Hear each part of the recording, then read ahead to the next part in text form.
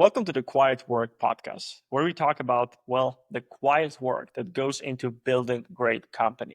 In today's episode, we're going to talk about leadership, creating and developing inspired leaders within your organization.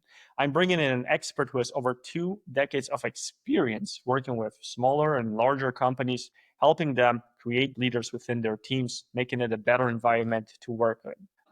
What makes my guest's expertise so unique is the fact that he saw himself working in completely different industry for the rest of his life. He had amazing bosses along the way until that one boss came around who completely changed everything. He didn't see himself working in that space anymore, and he saw firsthand how bad leadership can impact the entire team's performance. And that led him to start his own company. Without any further ado, let's jump straight into the conversation.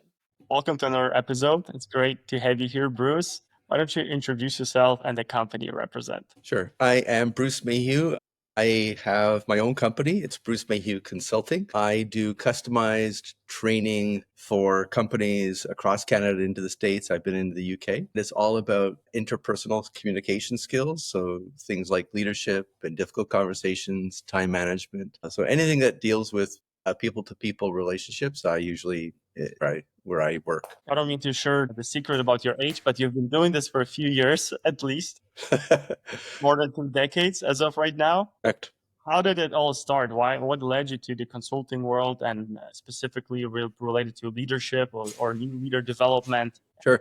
It wasn't a plan. My plan when I was at university was to work for a big bank and to stay there for my whole career.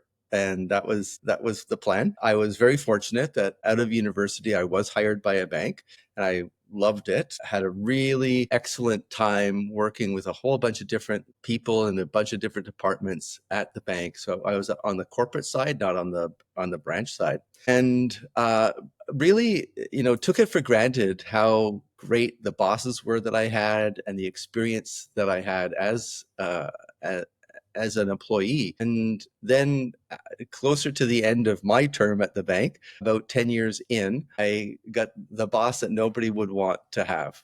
And that led me, and we can talk more about that if you will, but that led me to decide that I had to do something else. And so it took me about 2 years to leave once I decided to leave. And once I left, long story short, I started my own marketing company and that transitioned into a training company because I felt that I was building marketing plans for people, but they weren't really they understood the strategy behind the marketing plan, but they didn't know how to execute the marketing plan. So I started developing training to help people execute the plans. And I realized how much I loved and enjoyed the training side of the work. And so I just let that flourish. And so now that's all I do is corporate speaking, keynote speaking, and training. Interesting. I have a few follow-up questions on what you just said. First question is probably a short one. I can imagine, I did actually an internship in Germany where I spent my teenage years, and you have to pick 2 or 3 internships during your high school years, actually before even high school. So from, I think, 7th grade until the 12th or 13th grade, the system's a little bit different there. You have to pick a few internships. And my first one was at the Expo Frankfurter Messe, which is huge expo. So I was setting up PCs at the offices because there was people that had no idea how to turn on that PC. So let alone change or set up their monitor or their keyboard or what have you. So I was doing that, had fun with it. And the second one was at JP Morgan. This was completely different world, but I'm glad I did this because after 3 weeks, I realized this is absolutely not for me. And I met people that were doing this their whole career, 40 years, 30 years, and they loved it. So what was it for you that you thought you will spend your whole life in the banking space? What aspect of it? What drove you to that decision? It's an excellent question. The way I looked at it, and it's not that I was specifically enamored with banks, but I loved the size of banks. And when you think back 30 years, there weren't as many large organizations as there are today. But banks were, in Canada, banks are very large, very national institutions. And so I thought, well, I'm going to go and work for a place that I could probably get different types of jobs in different departments over a bunch of different years, but still maintain a level of seniority along the way and a pension and all of those fun things that go with working for a big company. So that was my logic for banking, was that it was going to provide me lots of different opportunities, and I, it I did for many years. Yeah. I can understand it a little bit. There were some tasks that I absolutely enjoyed doing, and you were in your zone where you all of a sudden I noticed there was 8 or 9 hours gone, and it's time to go home. But the most memorable one was definitely the launches at the big cafeteria or mensa. Yeah. I'm not sure how you call it here, but where everyone was gathering, everyone was talking, and you hear a lot of people talking about the big transactions that they're part of or trying to make happen, and this was very interesting because JP Morgan, they do deals with BMWs, with Mercedes Benz, with big corporations, multi-billion dollar transactions. So that I liked. I can imagine how this world can consume you. And there was the analyst part on the highest level. We couldn't get there because they told us that these guys work 12 to 14 hours days. They work on Mm. Saturdays, they work most Sundays, and they're locked in. And they're managing portfolios for some of the elite clients, I guess, or VIP clients at JP Morgan. So that was one thing that I remember. And my second follow-up question is, you mentioned something towards the end of your career that actually took you two years to leave. You had that bad experience with a bad boss that no one wants. Are you using that as an example for what not to do, how to not develop a leadership in your career right now? Absolutely. For pretty much any of the work that I do, whether it's my leadership training or my difficult conversations training, he comes up very really frequently in the difficult conversations training that I do.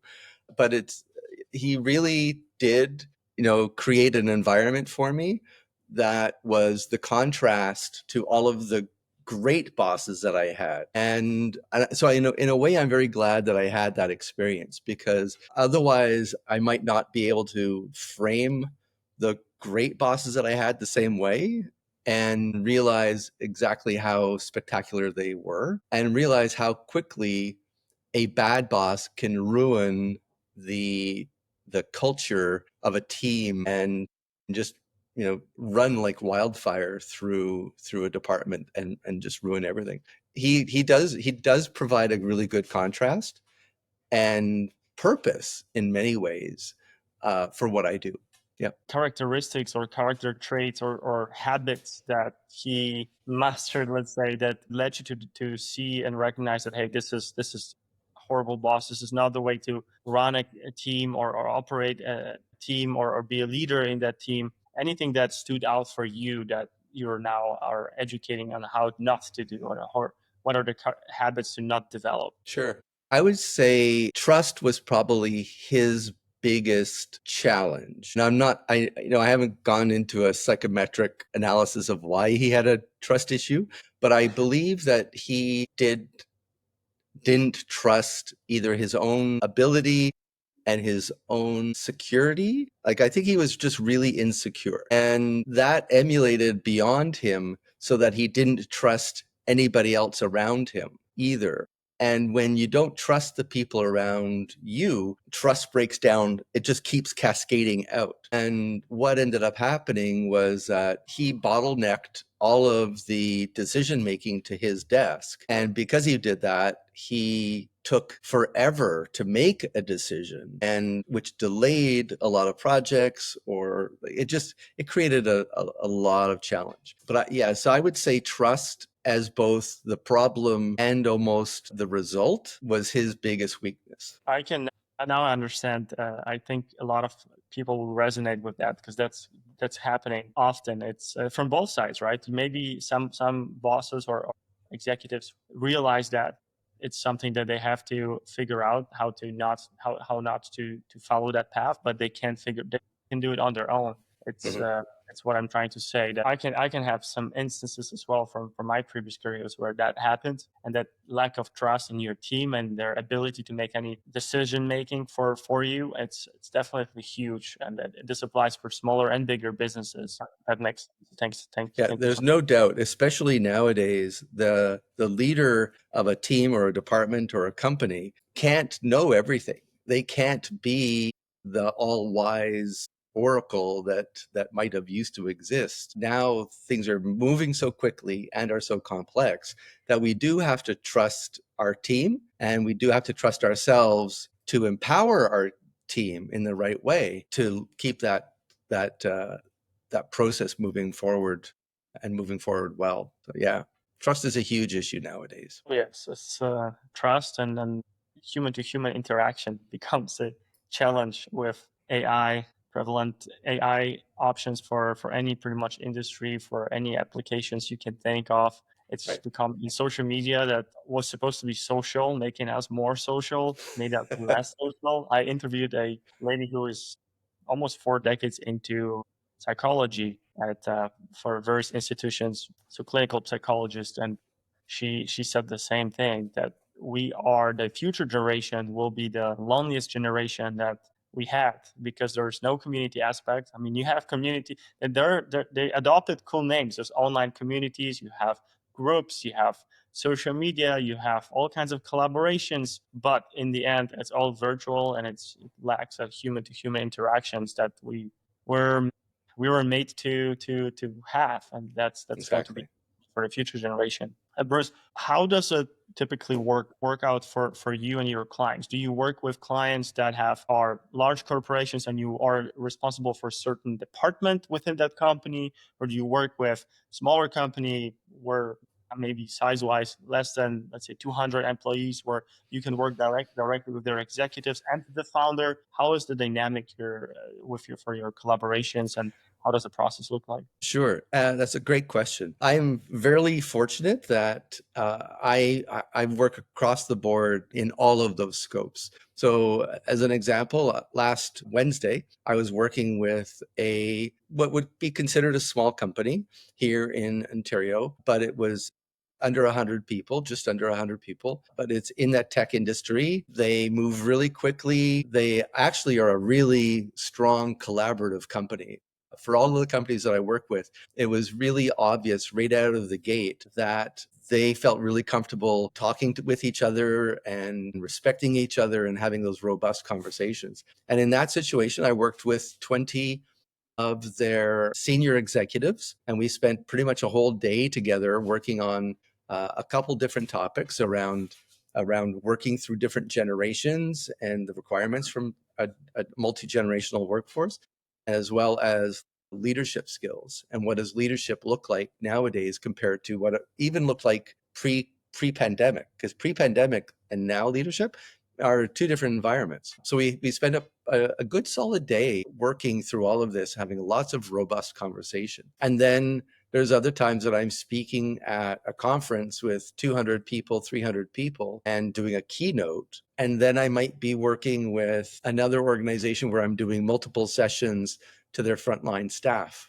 So there's a proposal that I have out currently, and it's for an organization, quite a large organization. And one of their offices in Vancouver is looking to have me come in and do training for 5 days to reach all of their team. So they're going to break their team down into small segments, and we'll just do full days uh, with different groups of their team, so that I'll cover their whole department. And that's the beauty of what I find that I do, is I get to work with sometimes frontline staff, sometimes I get to work with senior executives, sometimes I do little boutique firms, sometimes massive organizations. But what I find is that they're all experiencing similar challenges As far as leadership goes? as far as leadership and communication and building that sense of community and culture that is robust enough to have open conversations and allow ourselves to challenge each other, but do it in a very respectful, transparent way. So,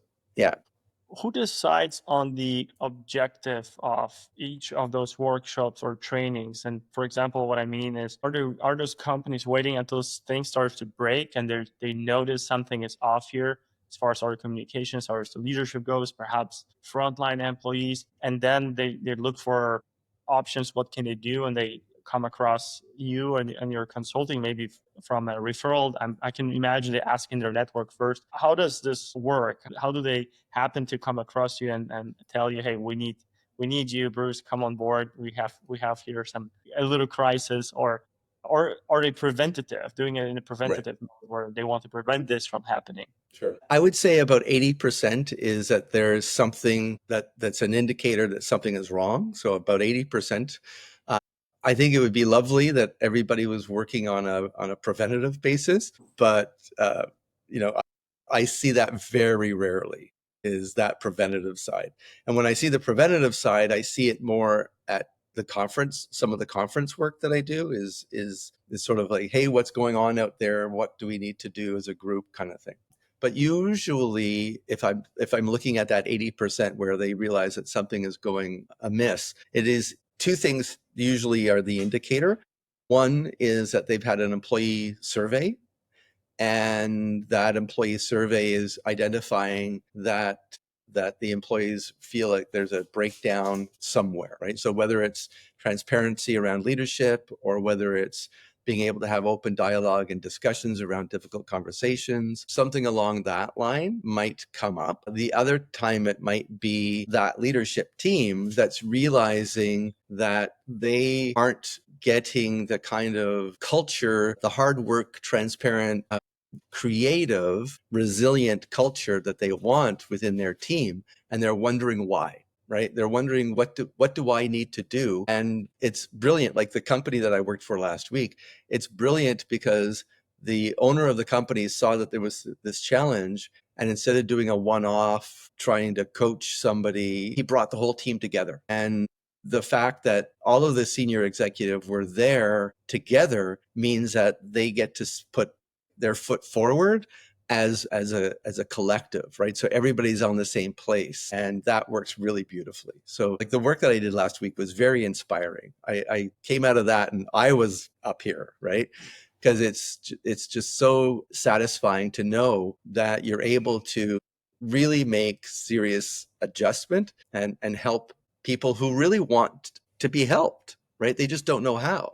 And so that usually works really well when that collective happens. Thanks so much for sharing. And I'm slowly starting to close the loop. Sometimes I need a little bit to understand everything. So that's why I'm asking and being inquisitive as possible. But I can, if I look back at the environment where I was working with larger teams, I mean larger teams, not corporation corporation like teams, but we were hiring fast. We had a lot of different departments, and I was managing one of the departments. And now I can, when I look back, I can see where we would need you to come in and help us communicate between those teams. I was initially, well, I did everything at the company from ground up, started doing everything, so I had the best understanding uh, of all of the aspects, gets into the business and each projects. And then once I get into the leadership role, it was difficult for me and for the other side to communicate between, for example, sales and operations, leadership, sales, operations, and jumping, essentially having a dialogue and agreeing to one objective, what and how we are going to do this was almost impossible. And obviously there was ego involved in it. There was some stubbornness involved in it for sure, but there was dialogue and communication was challenging. It was always a struggle for us. Now I can see how it can, what would be the ideal outcome. If you show up to a workshop like this, do you show up as Bruce Mayhew, or do you show up as Bruce Mayhew the consultant, or do you show up as Bruce Mayhew consulting? How do you show up to make sure that you build a rapport with their team as quickly as possible? Sure. So a couple things that I do, even in advance, where I really get comfortable as I can with the organization. So I go through their website. Their company values are really important to me, both my company values, but I also believe that their company values are important. If I can understand what's important to them from a values perspective, it allows me to provide a foundation for all of the work that I do. So as an example, if if excellence is one of their corporate values, I can talk about leadership and bring it back to maintaining a level of excellence within your team and within your product line, right? So if I can relate the work that I do back to their values, it makes it very meaningful to them. So my job, I believe, is to be where my audience is, not to drag my audience where I am. So that's where I try to show up as Bruce, understanding what's going on with them and what's important to their work, but also understand what's important to their values and their goals. The other small thing that I do, and I do this verbally, I don't have a handout that I have forced them to fill out, but I always have a meeting with them, especially the people that are hiring me, to have a dialogue similar to what you and I are having right now, to discuss what is their atmosphere, what is the type of work that they do, what are their challenges, what are the feedback that they're getting. And that personal sort of comfort zone really works nicely, right? I find that really works beautifully. And if I can add one more, I don't want to take up your whole day with this. But one of the things that I like doing, if possible, is creating scenarios. So I actually get the person that hired me to ask the people that I'll be training to describe some of the challenges that they're having. And so they write those out and then they give those back to me. So last week, the training that I did, I had 8 different scenarios of the different challenges that they're having. And I was able to think through those scenarios before I even walked into the room. Right. So I had a good feeling for the type of experiences that they were having. So I could prepare in my head the kind of rhythm that we might be working with within that training environment. Preparation is the key here. Ask because one of the things you also train on is having difficult conversations. And one of the difficult conversations that I can imagine is when you come into executive meeting or you're supposed to work with their executives. And sometimes when a founder or they agree to bring in a consultant, not everyone wants to. Everyone is usually open right away to working with a consultant because almost for in their mind it might be some sort of therapy and they don't think they need a therapy. They know it all and they know it better than any consultant, right? So I've had it. that's why I asked how do you navigate in that environment? But preparation is probably the key here. Preparation is a ton of it. And we have to realize that, as a trainer, I have to realize that not everybody is going to want to be there.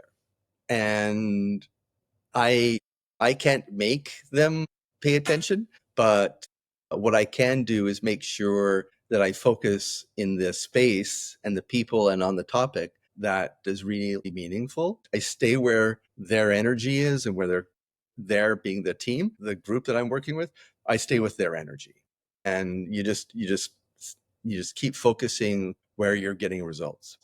That's a key. And after all, someone has reached out to you and agreed to getting you on board. So if it's part of if this is the first difficult conversations you're going to have to train them on, and this should be it, then you're going to have Yeah, great example of how to handle it right away as proof exactly.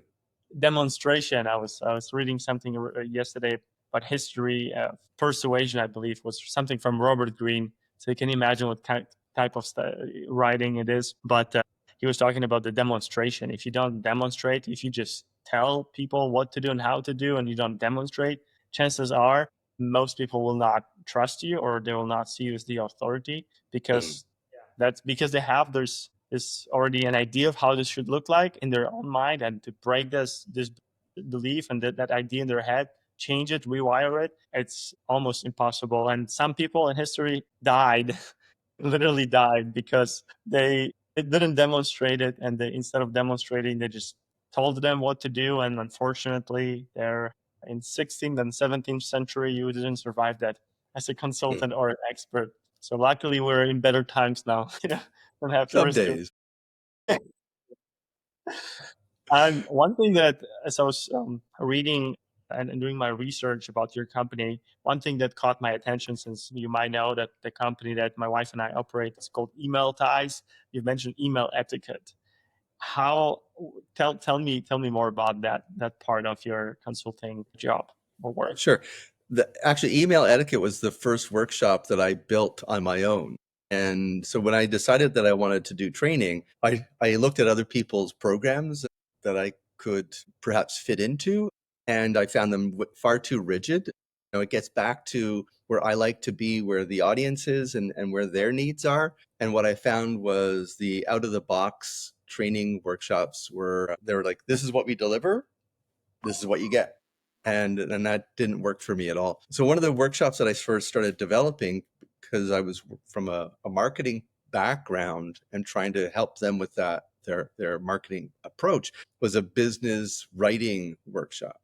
And I realized as I was developing this business writing workshop that people don't really write anymore in a business environment. Like there's a proposal here and there that has to happen, or an RFP that has to happen. But for the most part, people were writing email all day long. They weren't writing letters or documents. So I shifted my business writing workshop to an email writing workshop, which actually was, I'll say for my young self back then, a stroke of genius, but because it seemed to work. But it's amazing how bad we are at writing email. And still today, email is such a terrible way to communicate. Meanwhile, it's also a perfect way to communicate. I always said if every time you hit send, it cost $10, we would be very good at writing email. I like But that. the problem is we can write whatever we want, hit send, and then go, oh, wait a minute, I have something else, and write another one and hit send, and you're like, and then write another one and hit. So we're sending all of these, bad messages where we're not sitting patiently for 30 seconds and really thinking about what we should say. And even better, what my audience should understand. What does my audience need to understand? What does my audience need to do? And if we do that, then there are a couple really easy formatting things that we can do to make our message easy to read and easy to understand and easy to respond to. And that's really our objective. Easy to read, easy to understand, easy to respond to. And instead, we write these messages that are like 17 paragraphs long or 17 sentences long with no break in it at all. And it really becomes difficult for the reader to understand, what am I saying? What do I want? So yeah, so email etiquette was my first training program, and it's still one of my most popular training programs today. I have It's to still look it up. Now you could do a next evolution of it, which would be Slack communication or Slack etiquette or team. I guess on Microsoft there's Teams or something yeah, else. yeah, Forgot what. I'm yeah. I'm not really into Microsoft products. Teams, yeah. But they have some communication tool as well. So this could be something as well, because here you have that text message like what you've mentioned. You have one thought, you type it, you hit enter, and then 2 seconds later you have another thought, and then you open threads. And it's still a little bit easier to organize on Slack than on email, but I always find it challenging when clients and partners make it so stubborn to shift away from email and they want everything on email. Yep. And there you have 10 email threads and you have no idea what was where. And yes, that can be challenging at times, but I love it. Are you getting any ideas on the writing in simple way from Rudolph, Flash, or Kincaid? I'm sure. Have you heard about the Hemingway app? I have, but I'm not recalling off the top of my head what it's all about. But yes, I have heard of it, and I'm not recalling it though. The Rudolph Flash was, I have a bunch of his books, and I really hope that they will help me simplify. English is my third language, so writing in English was also a challenge in the beginning, still is.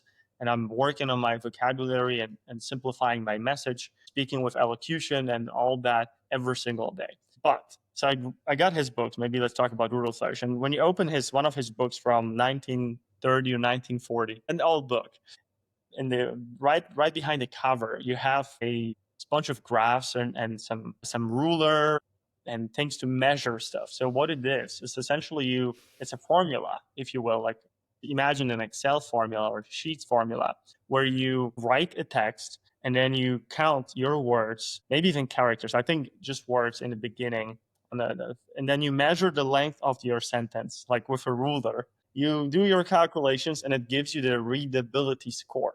Well, now you don't have to do that on that complicated level for all of your text. You can just run it through Hemingway.app. You can look it up later. It's very simple. It's free. They have a paid version, but the free version is it's pretty good and good enough to give you the readability score. So there's the Mhm. scores from fifth grade level until postgraduate. So it helps you to find that rhythm in your writing, to have a medium-sized, long sentences, medium-sized sentences, short sentences, and find that rhythm that you can adopt to your writing and actually have a score. So if you paste a text, an email, be it a longer email that you want to send, before you pay the $10 to send that email, you want to think about that and you want to run it through this, because if it comes out as postgraduate, which I can imagine most of your clients and customers would have that score if they're writing those complicated emails, that it's going to be extremely difficult. You can assume it's going to be extremely difficult for the recipient to actually understand what Yeah. you are trying to communicate here. And perhaps it could be simpler to just send a voice note or a Loom video or something that allows me to understand what it is. Because now the recipients are spending 10, 20, 30 minutes just trying to understand what was just said.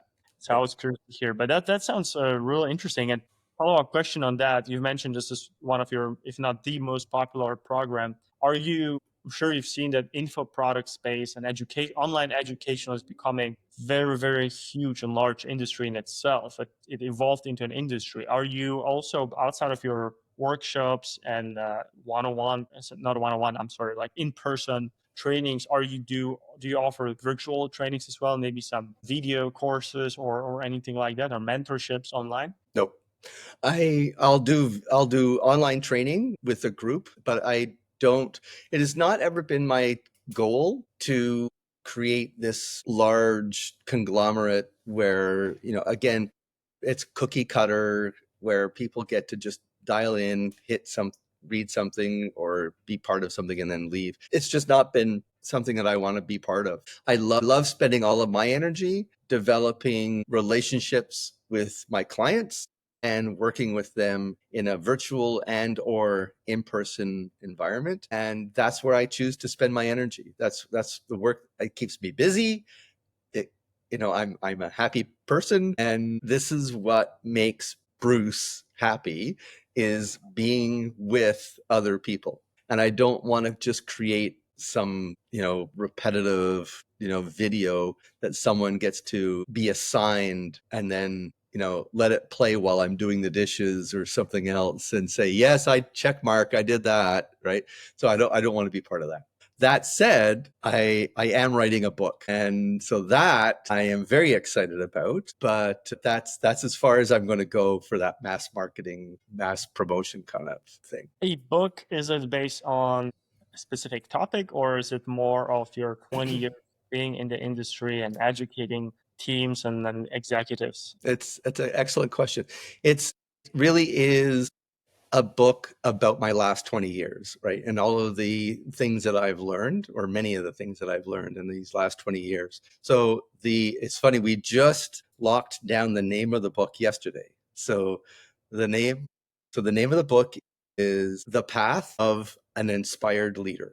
So that's the name of the book, The Thanks. Path of an Inspired Leader. And it's all about how do I help people be better leaders, right? So that's sort of the premise. The book has been designed to be a single chapter is a single topic, so you don't have to read the whole book. So it deals with hiring skills, it deals with onboarding skills, it deals with how to create a culture, deals with appreciative inquiry, it deals with how to have a difficult conversation. So all of the things that a leader might run into in their standard week, there is a chapter on those components, right? How to hire someone, how to fire someone, right? So imagine you're a brand new leader or a leader with a couple of years experience and you've never had to hire somebody. And so it's like, what do I do?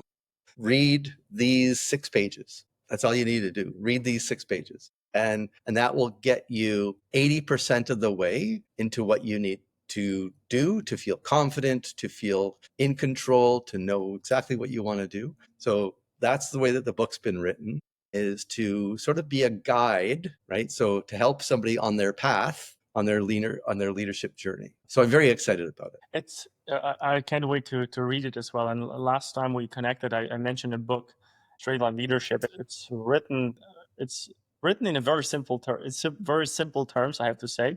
But it's also one thing I found interesting about that book, to what you just said, is that whenever I had some sort of problem, I opened random chapter, and that chapter explained, or was actually somehow reflecting of what the problem that I'm solving right now. So in your case, it can be similar, where it can be a book that those leaders will never put away from their desk. They should always have it somewhere around their desk, because you never know what challenges are coming, and what challenges you're going to be faced with. So you can get some inspiration, and approach it. And one thing I just idea that came to me when you told me the title and the book you're working on, that it's actually the coolest thing about this is that you're writing, the fact that you wrote a book, or you're still finishing, is that you have almost unlimited amount of really valuable content that you can distribute and share across social media, whichever social media is most to your liking, let's say. Have you thought about doing sort of a webinar series to promote the book, maybe indirectly promote the book, but talk about the content of the book? One example, two examples come to mind. First, Alex Hermosi, he's in the marketing space and business growth space, acquisition space. He does those all the time. And second example would be Matthew McConaughey, I believe, did something like that when he's Hmm. promoting his book. I think there was even he broke historical record of sales. I'm not sure if he sold anything else outside of the book, but he obviously has that storytelling mastery in him, and he knows how to tell a story. And this obviously first time an actor did something like that, I believe. Hmm.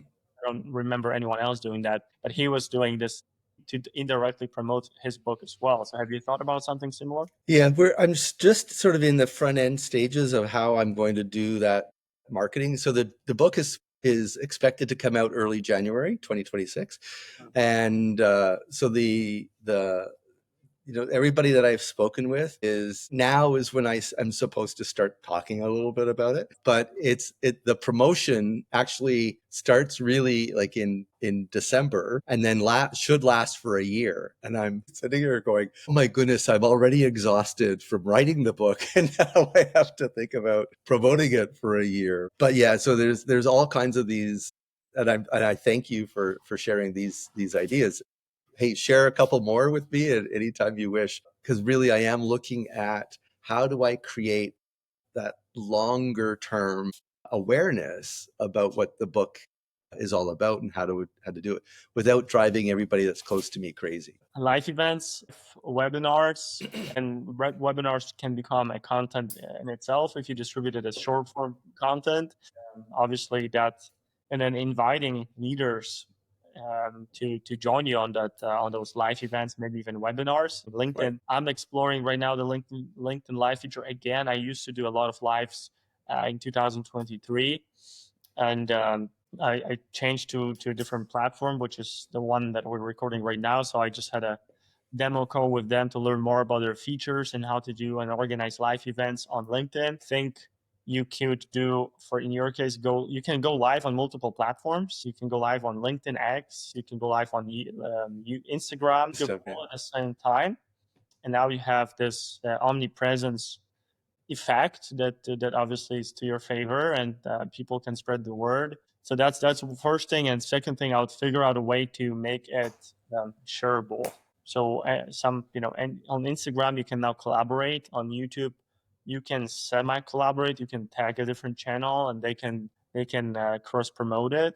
But the Instagram feature is really genius, because you could do that in the stories where you tagged someone, but now Hmm. you can actually collaborate on each post that you have. So Hmm. that means that if you have a post, like I say, you and I have a post, and if I not tag you but use you as a collaborator on that post, you're going to have it on your feed, and I will have it on my feed in my profile, right? So now we pretty much one post, we doubled our work and outcome.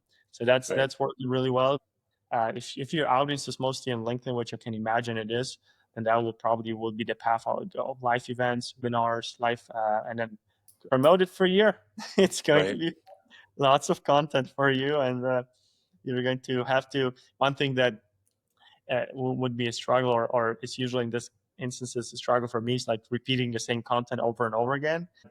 I assume you will have to do that often enough to essentially spread the word, and you always approach it like speaking to that one person that has no idea who you are, and you're trying to explain it to them in simple terms. Uh, Yep. and yeah, so run your scripts through Hemingway.app. That's for sure. Right. Another tip, and Yeah. you're going to have fun. I can't wait to see some action going on your account, and then support you, of course, wherever I Thank you can. very much. Yeah, it'll be an interesting journey. Like I feel for someone who has been in his career for many years, this whole experience is brand new, right? And whether from finding a publisher to putting together the book to writing the book, we're in the editing mode now. It's going to go to copy editing very shortly, and the book design starts, like the cover design starts almost imminently. Yeah, it's this series of firsts that I'm experiencing that are very exciting, but frankly, they're exhausting. It's Can like imagine. And this is yeah, exactly what you should be talking about, because yeah, in 2025, you see all of so many authors and people that come up with their books, but they do 100 of the effort that you went into to just book. So we can only imagine what the outcome is going to be. And I would definitely share a little bit behind the scenes, because this was new to me. I was really interesting to hear how the process work, and we talked about it outside of the podcast as well, because that's so interesting. I've never even understood the amount of effort it goes into it. And not only just writing, but outside of writing, like you said, to going through the editing, and then yeah, one person to another and all that. Whereas now, probably my rough guess, but 80 to 90% of people that publish some sort of books are going to be obviously ChatGPT books. That's first of all. Second of all, it's they don't go the publishing route that you took. They just publish on Amazon.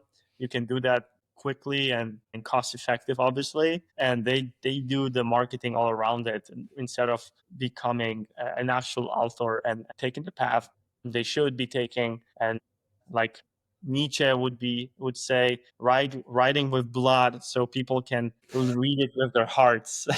yeah, yeah. Because Excellent. that Yeah. that that emotions that you can convey Mhm. onto that scripts and books, instead of just coming with something that pretty much will be there as a lead magnet, right? That's what they Right, do. Write those book, and at the end of every chapter, they send you to a website. Almost feels like send you to a website to work with them, right. versus you're trying to have an impact at a grand scale, and Absolutely. or this will happen. So speaking of that, what advice would you have if you had a chance to sit across the table from Bruce 20 years ago, just thinking about quitting the banking industry and doing something? Maybe not thinking for 2 years. You want to give him advice to start faster, but um, what advice would you have for him? There's the one that everybody hears. It's going to work out, right? It'll get better. It's not the end of the road. It's the beginning of a road. So there's all of those. There's all of those that exist. And I think they're all true. But the one thing that I would say that I've been able to follow is stay curious and follow your curiosity. Like stay curious, stay hungry. Like I will be the first to admit that when I was younger, like when I was in my teens and early 20s, I didn't like reading, I didn't like research, I didn't want any part of it, any of that. And now I am insatiable, right? I read all the time, like books. I read books. Like it's reading it for me, maybe because I'm that older generation, but and whether it's a Kindle, like whether it's an electronic book or a physical book, I don't think it matters that much. Reading a book is very different than reading an 800 word blog post or article or something on in a magazine kind of thing. But they're all important. They're all good. They're all there for, like, magazines are great to generate interest, right? But if you really want to dive into something, read a book, right? And stay curious explore different perspectives. So if time management, like for example, time management became really interesting to me, it was my second workshop that I developed after email etiquette, because I saw good email etiquette meant good time management. And so I wanted to investigate that. So I read like a dozen time management books. I didn't read one, but I read a dozen. And difference that you get from that exploring different angles of the same topic is really important, to try to own your own thoughts, to own how you want to perceive something, to generate it. So I would say stay curious, stay hungry, and explore, read as much as you possibly can stomach. This, and I can totally, let me finish my note here. I can totally resonate with it. The first book that I read out of my own willpower, it was 2017, so I was around 22, 21, 20, no, yeah, 21, I think, 21, some around that 2016, 2017, where I watched a video, a very famous video from a marketer, and he was in his garage, and there was a Lamborghini, and behind the Lamborghini there was a bunch of bookshelves in his garage, and he said, you know what's more important than a Lamborghini? Knowledge, the books. And he was at the time promoting reading one book a day, which I'm not a huge fan of, but he got me into reading for sure. I started reading back then and never looked back. I had a Mhm. year when I read, I think, 153 or 56 books. It was too much. I Incredible. like to spend more time with each book, and and read slowly. And there's books such as from Marcus Aurelius Meditations or similar books where I like to implement something they call lectio divina, where you divine reading, if you will, when you read a few sentences and then you digest it. So you take your time with it. So that's something I did. And funny you mentioned it, to own your thoughts, because yesterday on a walk I was distilling 51-page book into, I think, one sentence, two sentences that stuck with me the most. And I told it to I told we had a conversation with my wife during the walk, and she was like, "So you had to read 751 pages to come up with that one sentence, or the one sentence was the only thing that stuck with you?" But obviously, it was a process that I liked what you say, where you wrestle with, the content that you have there, wrestle with your own thoughts that show up when you read that book, whatever it is. It might be 70 pages, might be 750 pages. That Yeah, doesn't matter how many pages it is. It's just the content and exactly. how you respond to it. And sometimes you have to reread the book that had 751 pages just to get a better understanding of it the second time. And Yeah. it's funny because there are some certain books that I read multiple times, or I read once a year even. And every time I read it, it's almost like a new book to me. So that's Mhm. there's something behind it as well. So I thank you so much for sharing that. And I think it was again Nietzsche or Sigmund Freud who said that if we kept that curiosity from our childhood, we didn't have to write any books, because people will be so curious and will be constantly trying and testing new things that you would need to educate yourself further. But yeah, we lose that. I think right when we start our education, modern education, we lose that curiosity because we tap into the system. Most people, most kids, most people lose their curiosity, and that's unfortunate. But moving on, Bruce, how do I can imagine you have, I don't imagine, I know that you approach each project with a lot of attention, and you can multiply yourself, clone yourself. So how do you still find more new projects, or how do these new projects, new companies find out about you? So essentially you can help them out. So yeah, if I read your question correctly, how do they get in touch with me? So the best way to reach out to me is LinkedIn, or just Google Bruce Mayhew, Mayhew, and it's either me or a dentist in the UK, and I'm not the dentist. So if you Google Bruce Mayhew Consulting, I'm all over that page. LinkedIn, Bruce Mayhew, it brings you to my profile. Depending on when this airs, there will be a brand new website in the next month or two. So I'm excited about that. So that's if my book isn't on my new website, then you're looking at my old website. So there'll be a new website coming out.